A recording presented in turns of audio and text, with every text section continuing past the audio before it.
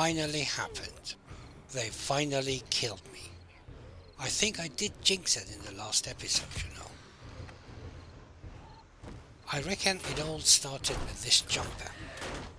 I wanted to find a way of stopping them, but I also wanted a way of staying true to the spirit of my radical design of the space.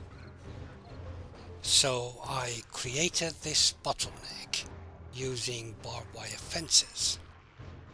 The Zeds will gather behind it as they try to break through, and that would be a perfect opportunity for me to burn the fucking lot of them. So there's me, minding my own business, being a good White River citizen, you know, burning zombies, shooting birds, and I noticed that I've only gone and broken my base. They quietly broke this part of the base, and this part, though I have no idea how. So I took action by reinforcing the base and replacing the barbed wire fences with iron hatches. Iron hatches are more durable, but otherwise serve exactly the same purpose in creating a bottleneck. And as you can see, that concept of a bottleneck is still going quite strong in day 14. Remember, this is all so I can gain some advantage over the jumpers. So then I thought, what if I use wooden spikes as well as the iron hatches to create even more of a bottleneck? And that's when the brown stuff started hitting the fan. They started Red Moon number 15 by attacking my base instead of walking up the catwalk as usual to try and get to me. You see, I was pondering this change of behavior on their part, but at the same time, of course, I needed to somehow entice them away from my base before they caused a lot of damage. Oh my god, they did break it. And what's worse is that they're gonna go on and try and break every other leg. So I thought I'd jump down from the base and fight them on the floor, just to take their minds away from breaking my base. What the fuck is that guy shouting about? Good job he's dead, motherfucker. Then quickly run back up my defensive platform, and as they get stuck behind the bottleneck, I quickly burn them. But then it didn't go as planned, and they started attacking my defensive base. That's when I realized that I fucked up by not thinking this through, because they saw the wooden spikes as something to be avoided.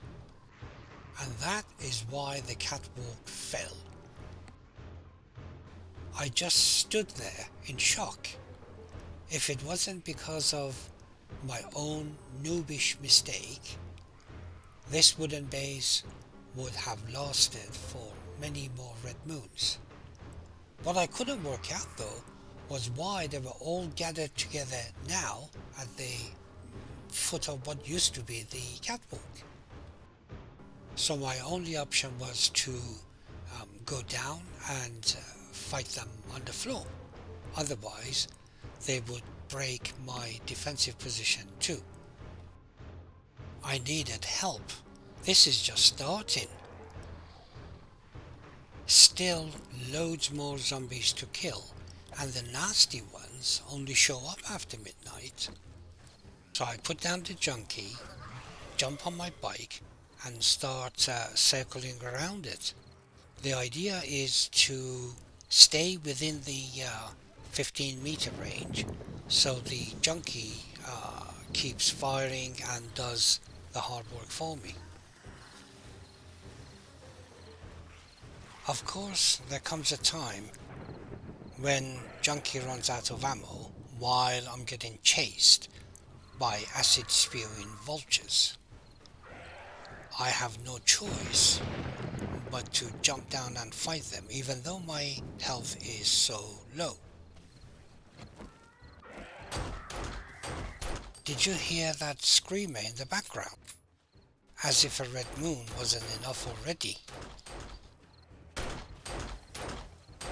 And there's the sucker punch from behind. What killed me.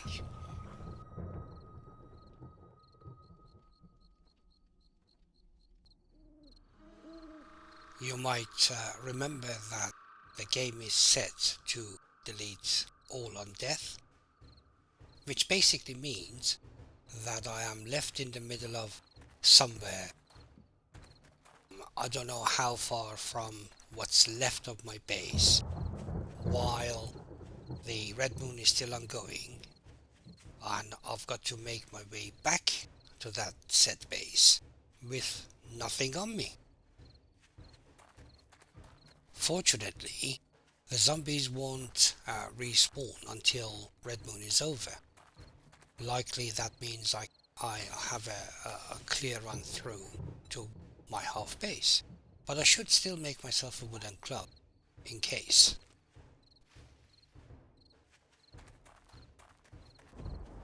Well, thank you for watching my demise, and if you like, come back and see if I have managed to rebuild this base. But I would really appreciate it if you subscribe to my channel and click that like button too. And I'll see you next time.